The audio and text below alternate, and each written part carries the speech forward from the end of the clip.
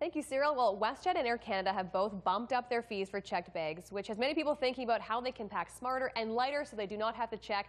Here to tell us how to do that is Travel and Style magazine founder Jennifer Weatherhead Harrington. Good morning, Jennifer. Hi. I can't wait for these tips. I travel quite a bit, and I love hate sharing checking bags. These are my favorite tips to share. So, first of all, you're a wheelie. I am. Okay. Definitely, you need a wheelie. Make your life easy. It's just so much easier, and you look a lot cooler when you're going through the airport just pushing it on 4 wheels. I totally agree. So, but you make sure when you buy these, they'll tell you if they fit in overhead compartments, right? Yeah, so I particularly love this one. It's Travel Pro, and I love this because this line guarantees that it will fit into your overhead. They design these for airline crews, so it's perfect. Okay, so they know what they're doing, yes. So they know what they're doing. This one also has a phone charger on it, which is extra cool. Yes. Yes, for people on the go. My favorite thing. My phone needs to be charged. Oh, always, because you always have your tickets on them now, too, right? There's a lot on there. Perfect. Okay, so how do you pack smart and light to make sure that you don't have to check? Smart and light. My #1 tip is to roll all of your clothing. Okay. So I know a lot of people throw things in or they try to flat pack. I find, I've traveled so many times, but rolling is the best technique. And if you actually iron your clothing first and then put it on a flat surface, you can get an even tighter roll. Okay. So it takes a little bit of prep, a little bit of time, but it's so worth it. And then I also love putting things in these packing cubes.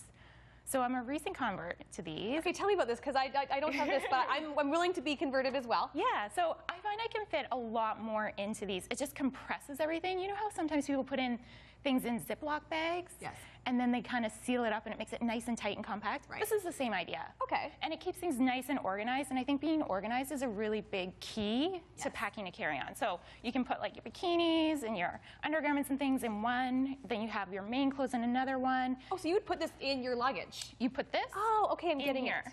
Okay, that's smart. Yeah. What are your thoughts on shoes, and how do you pack them? Do they go underneath? Do you put rolled in them?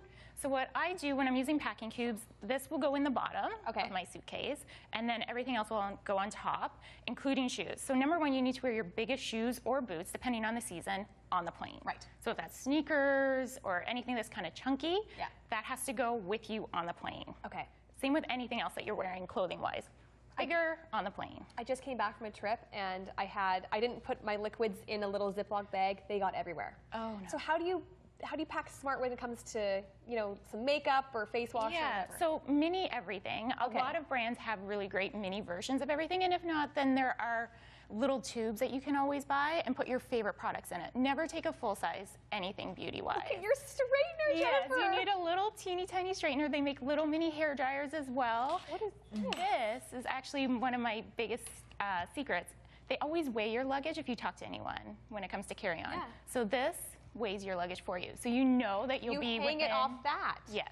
So you just hang your suitcase off of it. It'll tell you how much it weighs. So you can take things out, add things in if you need to. What is the general weight? It's usually between 9 and 11 kilograms. Okay.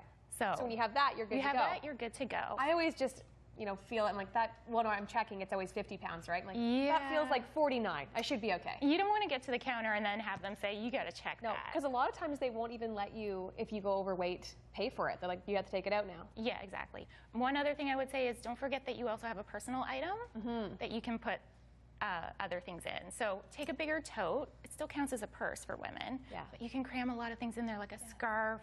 Or heavier things, too. Heavier things, your laptop, Yes. your toiletries, put those in there. I notice you have, this is compactable, this jacket. Yes. It's also freezing on planes.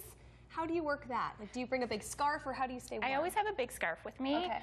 Also because I don't trust those airplane blankets too much, because I don't know where they've been. But this, do they charge you for those too? They probably do. I think some planes do, but not all of them. But this one's also great, this jacket, because you can roll it up and then actually use it as a pillow as well. So if you're like me and you're not wanting to use those pillows that are on the plane, this is really great as well. This is from Mech, so it's pretty easy and basic. Nice. And it's nice and lightweight. Exactly, and folds up really small. Yes. Okay, so the one complaint people have with carry-ons is that you have to make sure you're on the plane first, or sometimes they say, we're just flat out of room. How do you mitigate that? Like, do you just line up early?